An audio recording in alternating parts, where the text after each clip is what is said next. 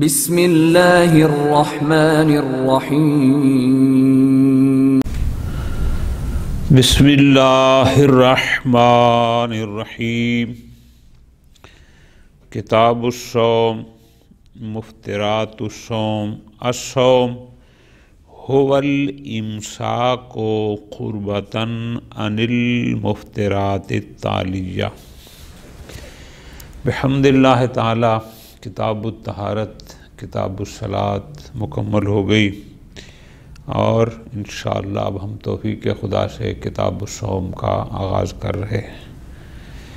صوم الصوم رکنا، ٹھیک ہے جی، لیکن جہاں پر ایک مخصوص رکنے کو کہا جاتا ہے کہ کچھ مخصوص چیزوں سے مخصوص وقت میں مخصوص طریقے سے رکنا، یہاں پر وہ مراد ہے، لغوی معنی مراد نہیں ہے۔ کیسے فرماتے ہیں؟ تعریف یہ ہے صوم کی، الصوم هو الامساک قربۃ۔ صوم کیا ہے؟ یعنی اپنے آپ کو روکنا، ظاہر وہی رکنا، قربتاً بلا وجہ نہیں، قربتاً الی اللہ، اپنے آپ کو روکنا، کس سے؟ عن المفطرات التالیۃ، یہ جو ابھی ہم چند مفطرات بتائیں گے، 9 چیزیں بتائیں گے جن کا ذکر ہے، ہو کیا مطلب؟ ان 9 چیزوں سے اپنے آپ کو قربتاً الی اللہ روکنا، یہ روزہ کہلاتا ہے۔ عربی میں الصوم، ہماری اردو میں ہو گیا اور روزہ۔ پس اس میں توجہ فرمانی ہے، 2 چیزیں ہیں ان مفطرات سے جو ابھی ہم انشاءاللہ ایک ایک کر کے پڑھتے ہیں، جو 9 آیت اللہ ایروانی نے ذکر فرمائے ہیں، ان سے امساک کرنا ہے، اپنے آپ کو روکنا ہے، ان کا ارتکاب نہیں کرنا، ان سے اجتناب کرنا ہے، یہ ایک بات۔ دوسری بات یہ ہے کہ وہ صرف اجتناب کافی نہیں ہے، بلکہ قربتاً الی اللہ، خالصتاً اللہ کے لیے، یعنی کیا؟ چونکہ حکم خدا ہے، چونکہ امر الہی ہے، تو امر الہی کا امتثال کرنے کے لیے، حکم خدا کو بجا لانے کے لیے ان چیزوں سے رکنا ہے۔ پس اگر کوئی بندہ سارا دن جو روزے کا وقت ہوتا ہے، طلوع صبح صادق سے غروب شرع تک کچھ بھی نہ کھائے، صرف نہ کھانا نہ پینا، حتیٰ کہ 9 کے 9 مفطرات میں سے کسی کا ارتکاب بھی نہ کرے، جب کہ قصد قربت نہ ہو، وہ روزہ نہیں ہوگا۔ اس لیے گزارش کر رہا ہوں کہ ان مفطرات سے امساک، اپنے آپ کو روکنا، اجتناب کرنا ہے، صرف اجتناب کافی نہیں، بلکہ کیا کرنا ہے؟ قربتاً الی اللہ، ٹھیک ہے جی۔ پھر اس کے بعد آیت اللہ ایروانی 9 چیزوں کو تفصیل سے بیان فرماتے ہیں کہ یہ مفطرات ہیں۔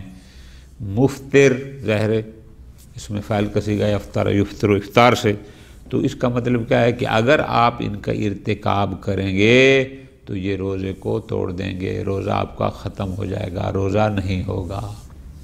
خوب 9 چیزیں تفصیل سے بیان کی۔ پھر والمستند ذالک، جو اصل کتاب کا منہج ہے، جو اصل کتاب کا مقصد ہے، کہ ان 9 چیزوں کے مفطر ہونے پر کیا دلیل ہے۔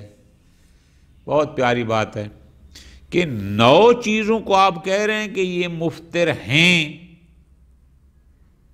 اگر یہ مفطرات میں سے ہیں تو ان کے مفطر ہونے پر کیا دلیل ہے؟ اور ان کے علاوہ دیگر چیزیں اگر کوئی ہوں اور وہ مفطر نہیں ہیں تو ان پر کیا دلیل ہے؟ ٹھیک ہو گیا۔ اب ہم ایک ایک کر کے اسی ترتیب جو انہوں نے خود بیان فرمائی ہے اس حساب سے چلتے ہیں، کوئی دقیق چیز انشاءاللہ نہیں ہے۔ کتاب الصوم، مفطرات الصوم۔ الصوم، صوم کیا ہے؟ اردو میں کہیں گے روزہ کیا ہے؟ هو الامساک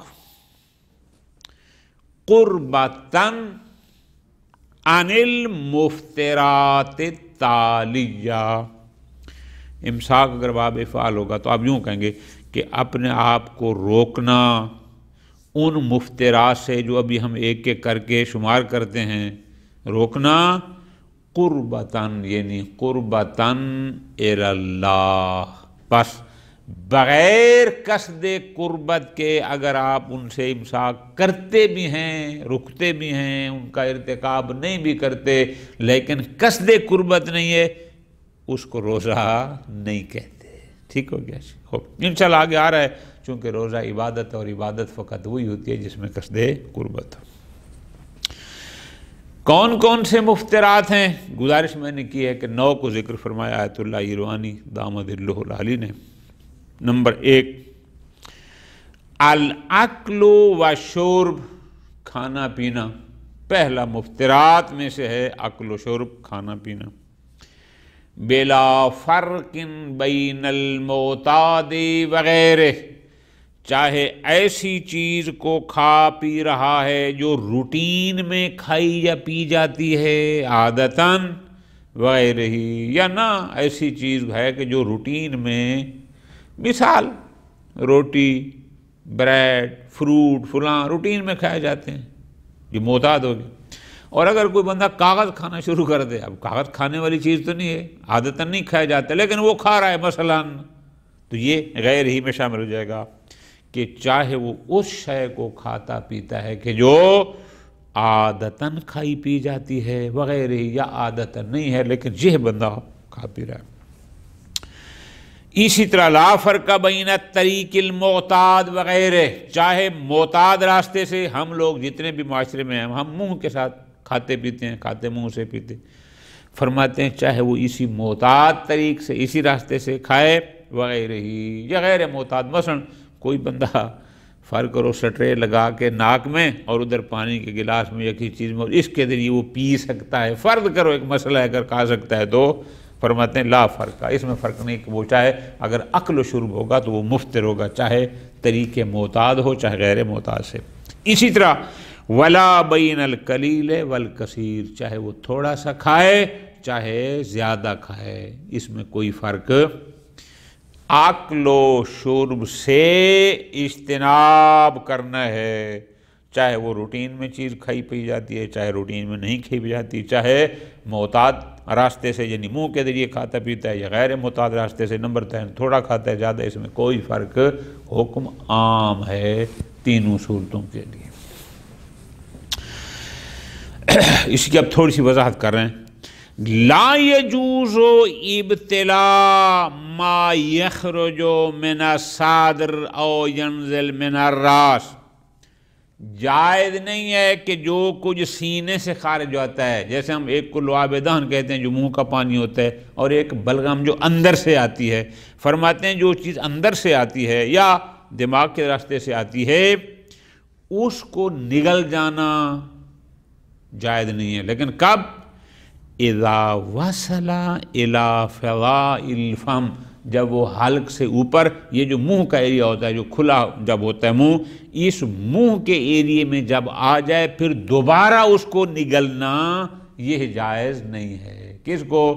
وہ جو میں نے گزارش کی ہے کہ وہ بلغم جو سینے سے ہے یا دماغ کے ذریعے سے، جیسے زکام وغیرہ کے وقت آ جاتی ہے۔ ہاں لا باس باستعمال الابرہ، انجیکشن لگوائے کوئی حرج نہیں ہے، اویل قطرہ فی الاذن ونحوہا، یا وہ کوئی دوا کے قطرے کانوں میں یا جیسے آنکھ میں ڈالتا ہے، اسے کوئی فرق نہیں پڑتا۔ اسی طرح لو قضا بلغ ما تجتمع من البصاق فی الفم، جو منہ میں لعاب دہن جو منہ کا پانی تھوک جمع ہو جاتی ہے، اس کو بھی اگر نگل جائے تو اس میں بھی کوئی فرق نہیں ہے۔ اب یہاں یاد رکھنا ہے اس لعاب دہن تھوک میں اور بلغم جو اندر سینے سے ایک دفعہ منہ میں آئے دوبارہ اندر لے جانا، ان دو میں بڑا فرق ہے۔ مفترات کی فہرست میں دوسرے نمبر پر فرماتے ہیں الجماع، عورت سے جماع کرنا، قبولاً، چاہے اگلی شرمگاہ ہو، چاہے پچھلی شرمگاہ ہو، چاہے فاعل چاہے مفعول، سب کے لیے۔ فرماتے ہیں لو قصد الجماع، اگر ایک شخص عورت سے جماع کا قصد رکھتا ہے، قصد کے ذریعے کرتا ہے، لیکن شک کا، قصد جماع تھا لیکن اس کو شک ہے کہ آیا دخول ہوا یا نہ ہوا، او بلوغ مقدار الحشفہ، یا شک ہو کہ پتہ نہیں ختنہ کی مقدار داخل ہوئی یا نہ ہوئی جبکہ قصد اس کا جماع کا تھا، وجب القضاء، اس بندے پر قضاء واجب ہے، دون الکفارہ، کفارہ واجب نہیں۔ خوب یہ حکم ہے، انشاءاللہ آگے دلیل پڑھیں گے کہ کیوں قضاء کیوں ہے اور کفارہ کیوں نہیں، وہ دلیل میں آئے گا۔ مفترات میں تیسرا جو مفتر ہے وہ ہے انزال المنی، انزال یعنی منی کا نکالنا، خارج کرنا، بعد تہیئۃ الاسباب المؤدیۃ لہ، یعنی یہ ایسے اسباب فراہم کرتا ہے کہ اگر وہ کام کیے جائیں تو اس سے منی خارج ہو جاتی ہے۔ اس نے وہ سارے کام کیے جس سے منی خارج ہو جاتی ہے اور اس کے بعد منی خارج کی ہے، یہ غلط ہے، یہ مفترات میں سے ہے، اس سے اجتناب کرنا ہے۔ ہاں اذا نزل بلا قصد فلاش ہے، لیکن اگر خود بخود، اس کا کوئی قصد نہیں تھا منی نکلنے کا، لیکن اگر خود بخود نکل جائے، جیسے بندہ نیند میں ہو نکل جائے، پھر کچھ بھی نہیں ہے، نہ قضا نہ کفارہ، سب کو ٹھیک ہے، وہ کوئی نقصان نہیں پہنچاتی۔ خوب، چوتھا مفترات کی فہرست میں شمار فرماتے ہیں تعمد البقاء علی الجنابہ، ایک بندہ رات کے وقت مجنب ہوتا ہے اور وہ اپنی جنابت والی حالت پر باقی رہتا ہے حتی یطلع الفجر، حتیٰ کہ صبح صادق طلوع کر گئی، اس سے اجتناب کرنا ہے۔ کیوں؟ چونکہ یہ مفتر ہے۔ اگر کوئی بندہ آمدن حالت جنابت پر باقی رہتا ہے اور صبح صادق ہو گئی تو اس کا وہ روزہ خراب ہو جائے گا، چونکہ یہ مفتر ہے، آمدن اگر اس پر باقی رہتا ہے تو اس مفتر سے اجتناب کرنا ہے۔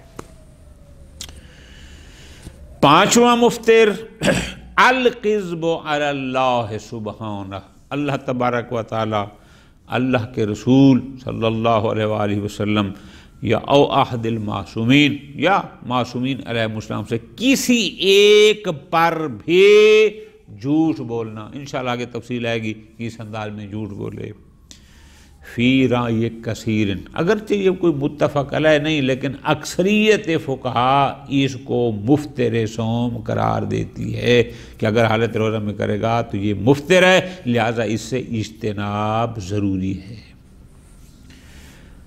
چھٹے نمبر پر جو مفتر ذکر فرماتے ہیں وہ ہے ایثار الغبار الی الحالق، غبار کا، یہ مٹی شٹی کا جب طوفان آتا ہے، ریت کا طوفان آتا ہے، اور بھی ان کا حلق تک پہنچانا، حلق سے اگر پہنچ گئی تو ظاہر چلی جائے گی۔ فی رائن یعنی ایک رائے، ایک مسلک، ایک نظریہ یہ بھی ہے کہ یہ بھی مفترات میں سے ہے۔ جب کہتے ہیں نا فی رائن یا فی رائن کثیر، اس کا مطلب یہ متفق علیہ نہیں لیکن ایک نظریہ اس بارے میں ہے۔ خوب دلیل میں آئیں گے تو پھر بحث ہوگی۔ ساتواں مفتر ہے رمس الراس فی الماء، سر کو پانی میں ڈبونا، ٹھیک ہے جی، چھپانا، اس مفتر سے اجتناب کرنا ہے، اپنے آپ کو روکنا ہے، حالت روزہ میں یہ نہیں کرنا۔ 8 الاحتقان بالماء، اگر کوئی بندہ بیمار ہو، یہ قبض وغیرہ کے تو ایک علاج ہوتا ہے، اس کا حکم کرتے ہیں، اگر مائع چیز کے ساتھ، بہنے والی چیز، سیال چیز کے ساتھ اس کا احتقان حکنا، اس سے اجتناب کرنا ہے، ٹھیک ہے جی، چونکہ یہ مفتر ہے۔ اور نامہ ہے تعمد القے، بغیر کسی مجبوری کے، بغیر کسی طرح کے آمدن قے کرنا، جان بوجھ کے قے کرنا، اس تعمد قے سے بھی اجتناب کرنا ہے۔ ٹھیک، یہ 9 ہو گئے مفترات۔ ان 9 مفترات سے قربتاً الی اللہ امساک کرنے کا نام ہے صوم، روزہ۔ ٹھیک ہے جی، پھر اس کا اپنا وقت معین ہے، وہی صبح طلوع صبح صادق سے فلاں تھا۔ اب بحث ہماری آ گئی ہے کہ یہ تو ہو گئے حکم، ہمیں اس پر دلیل چاہیے۔ کیسی؟ سب سے پہلے تو آپ کو دلیل دینی ہوگی اس بات پر کہ یہ قصد قربت کیوں شرط ہے۔ ٹھیک ہو گیا۔ پھر دوسری دلیل ہمیں چاہیے اس بات پر کہ مفترات فقط 9 کیوں ہیں، 10 11 12 14 16 کیوں نہیں، صرف 9 کو مفتر قرار کیوں دے رہے ہیں، باقی چیزوں کو قرار نہیں دیا؟ مثلا الی آخری، پھر ہر مفتر کے مفتر ہونے پر دلیل۔ والمستند فی ذالک، یہ جو ہم نے 9 چیزیں مفترات میں ذکر کی کہ ان سے امساک ضروری ہے، اور ایک چیز کی کہ وہ امساک قربتاً ہو، ہر ایک پر دلیل۔ پہلے لے رہے ہیں قربت کو۔ اما اعتبار القربت فی الصوم شرعاً، یہ جو ہم کہتے ہیں کہ شرعاً روزے میں قربت شرط ہے، اگر بغیر قصد قربت کے کوئی سارا سال ہی کچھ نہ کھائے پیے تو وہ روزہ نہیں ہوگا۔ روزہ اسی کو کہتے ہیں جو قربتاً الی اللہ ہو، جو قصد قربت کے ساتھ ہو۔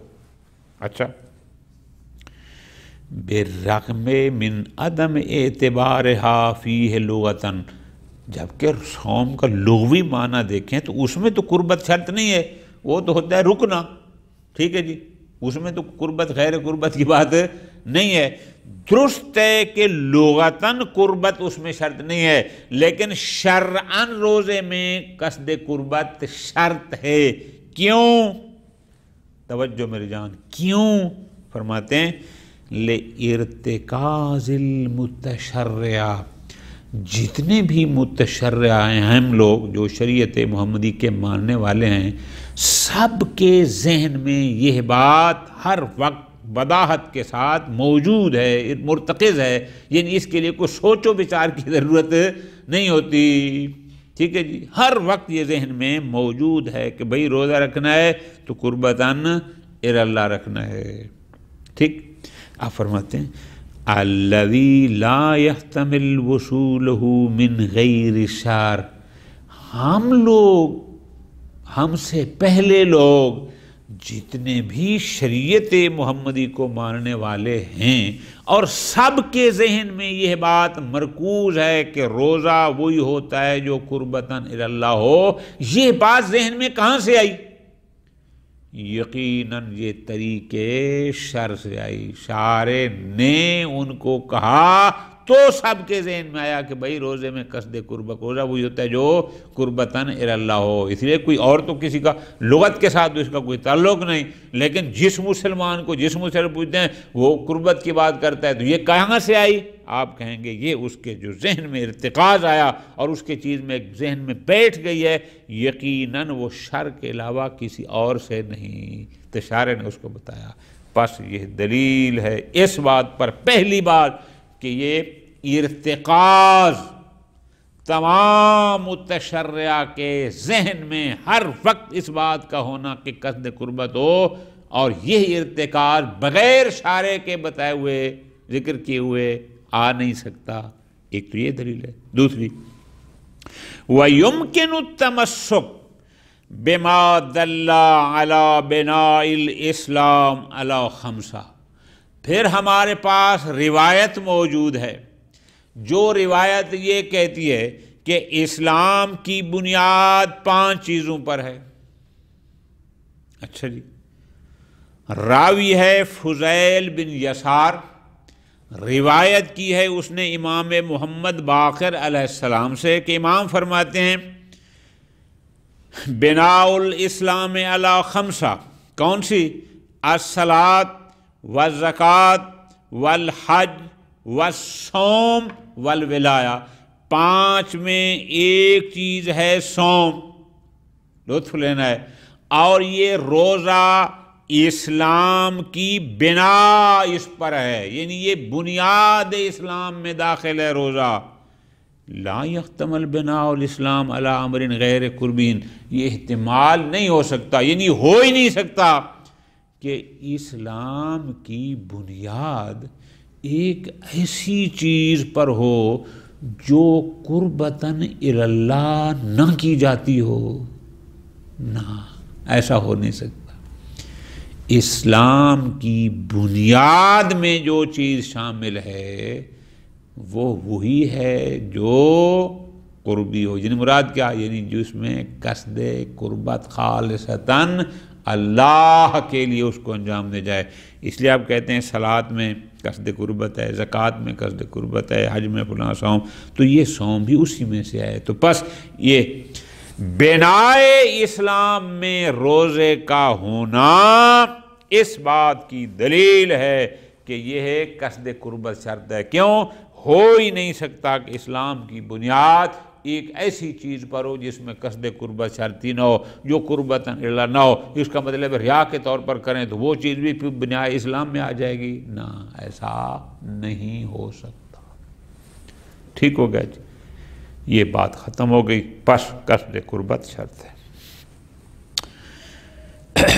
اما اعتبار کونہ من المفترات الخاصہ، اگلی بات کہ کیوں فقط ان 9 چیزوں کو مفترات میں ذکر کیا گیا، کہ فقط یہ 9 چیزیں ہیں جو مفترات ہیں، ان سے امساک شرط ہے۔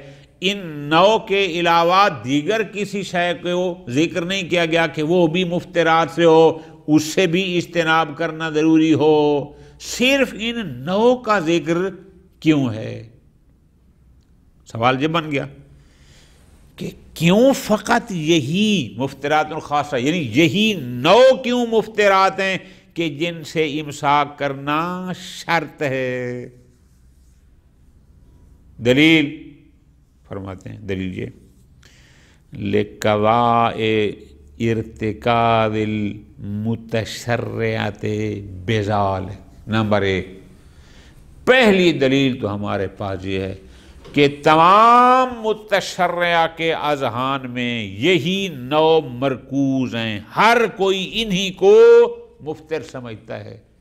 اور میں نے اوپر بھی گزارش کی ہے کہ جو متشرعہ کے ذہن میں چیز مرکوز ہو جائے اس حوالے سے، وہ اس کا مطلب ہے شارع کے علاوہ کسی اور طریق سے داخل نہیں ہوئی۔ ایک تو یہ ہو گئی۔ دوسری، مضافاً الی الادلہ الآتیہ الدالہ علی مفتریت ذالک، پھر آگے جو ہمارے پاس دلیلیں ہیں وہ دلیلیں فقط انہی کے مفتر ہونے پر دلالت کرتی ہیں۔ وہ ادلہ یہ بتاتی ہیں کہ فقط یہی ہیں جو مفترات میں سے ہیں، یعنی انہی کا مفتر ہونا ثابت کرتی ہیں۔ چلو، ان کے مفتر ہونے پر تو آ گئی دلیل۔ جو باقی ہیں فرماتے ہیں ضم البراءۃ علی مفتریت غیرہا الیہا، کوئی اور چیز مفتر ہے تو جس میں شک ہوگا یہ مفتر ہے یا نہیں، یہ ہے یا نہیں، انشاءاللہ اصالت البراء کہ نہ وہ مفتر، ان کے مفتر ہونے پر ہمارے پاس دلیل موجود ہے، اور ان کے غیر پر کہ وہ مفتر کیوں نہیں، وہاں بھی دلیل ہے۔ کون سی؟ اصالت البراء، تو غیر جہاں سے خوب۔ یہ 2 باتیں جہاں ختم ہو گئی۔ تیسری بات، مفترات کی فہرست میں سب سے پہلے ذکر ہوا اکل و شرب کا۔ اما مفتریت الاکل و شرب، کہ اکل و شرب مفترات میں سے ہے، اس سے امساک کرنا واجب ہے۔ اس کے مفتر ہونے پر دلیل کیا ہے؟ دلیل یہ ہے وَكُلُوا وَاشْرَبُوا، یہ آیت کا ایک حصہ ہے جو ان کو ضرورت تھا اتنے لکھا ہے۔ پوری آیت میں آپ کے سامنے تلاوت کرتا ہوں، تبرکاً وہ یہ ہے۔ سورہ بقرہ آیت نمبر 187، بسم اللہ الرحمن الرحیم، پوری آیت یہ ہے، احل لکم لیلۃ الصیام الرفث الی نسائکم ہن لباس لکم وانتم لباس لہن علم اللہ انکم کنتم تختانون انفسکم فتاب علیکم وعفا عنکم فالآن باشروہن وابتغوا ما كتب اللہ لکم وکلوا واشربوا حتی یتبین لکم الخیط الابیض من الخیط الاسود من الفجر ثم اتموا الصیام الی اللیل ولا تباشروہن وانتم عاکفون فی المساجد تلک حدود اللہ فلا تقربوها کذالک یبین اللہ آیاتہ للناس لعلہم یتقون۔ یہ ہے پوری آیت مجیدہ 187 سورہ بقرہ کی۔ خوب انہوں نے اپنا محل شاہد لکھا، اس کا وہ حصہ لیا کہ کلوا واشربوا حتی یتبین لکم الخیط الابیض من الخیط الاسود من الفجر ثم اتموا الصیام الی اللیل۔ اب یہاں پر حکم کیا ہوا؟ کھاؤ پیو، کب تک؟ حتی یتبین لکم الخیط، جب تک صبح صادق رات سے جدا نہ ہو جائے۔ تو اس کا مطلب ہے صبح صادق تک کھانے کی اجازت ہے، حتی جو آ گیا اس کے بعد اجازت نہیں ہے۔ کیوں آ گیا؟ ثم اتموا الصیام الی اللیل۔ ایک دلیل ہو گئی۔ دوسری دلیل حدیث مبارک روایت صحیحہ محمد ابن مسلم، وہ یہ ہے کہ سمعت ابا جعفر علیہ السلام، محمد بن مسلم کہتا ہے کہ میں نے خود سنا امام محمد باقر علیہ السلام فرما رہے تھے، لا یضر الصائم ما صنع، صائم کو ضرر نہیں پہنچاتی، یعنی روزے دار کے روزے کچھ نہیں ہوتا جو کچھ بھی کرے، اذا اجتنب ثلاث خصال، اگر وہ ان 3 چیزوں سے اجتناب کرے، بچا رہے۔ کون سی؟ الطعام والشراب، جو ہمارا محل شاہد ہے، کھانا پینا، النساء الارتماس فی الماء، یہ ایک حدیث ہے، اور بھی احادیث ہیں۔ تو پس اکل اور شرب کے مفطر ہونے پر آیت مجیدہ بھی موجود، حدیث مبارکہ بھی موجود، ٹھیک۔ اس کے بعد فرماتے ہیں کہ ہم نے جو 3 باتیں اور کی تھیں، کیا؟ ہم نے کہا تھا کہ اس میں کوئی فرق نہیں کہ جس کو کھائے، جو معقول اور مشروب، جس کو کھایا جا رہا ہے پیا جا رہا ہے وہ معتاد ہو یا غیر معتاد۔ ہم نے کہا کہ اس میں بھی کوئی فرق نہیں کہ اس کو طریقے معتاد سے کھائے پیے یا غیر طریقے معتاد سے۔ ہم نے کہا اس میں بھی کوئی فرق نہیں کہ وہ قلیل کھائے یا کثیر۔ فرماتے ہیں اما التعمیم للمعتاد وغیرہ، دلیل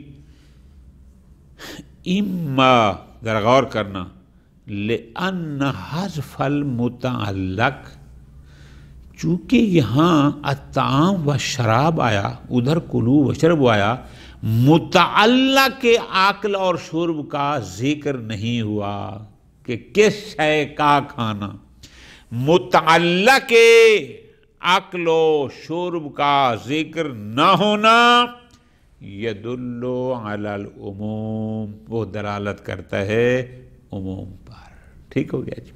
او لے اطلاق، اصول الفقہ کی بحث آغا جان، وہاں پر اگر آپ جائیں گے، اگرچہ یہ موضوع نہیں ہے کہ اطلاق اور عموم میں کیا فرق ہوتا ہے، چونکہ جو عام ہوتا ہے ظاہر ہے وہ بھی اپنے، اس کا مفہوم بھی اپنے تمام افراد پر صادق آتا ہے، اور مطلق کا بھی اپنے تمام افراد پر صادق آتا ہے۔ تو پھر یہ 2 اصطلاحیں کیوں استعمال کی جاتی ہیں کہ یہ عام ہے، یہ مطلق ہے؟ چونکہ عام کی تخصیص ہوتی ہے، مطلق کی تقیید ہوتی ہے۔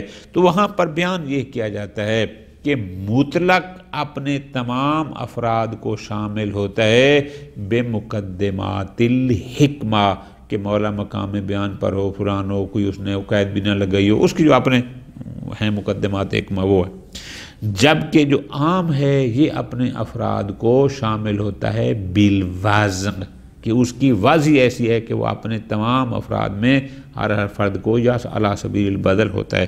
پھر 4-5 ان کے درمیان فرق بیان کیے جاتے ہیں کہ مطلق اور عام میں فرق ہے۔ خوب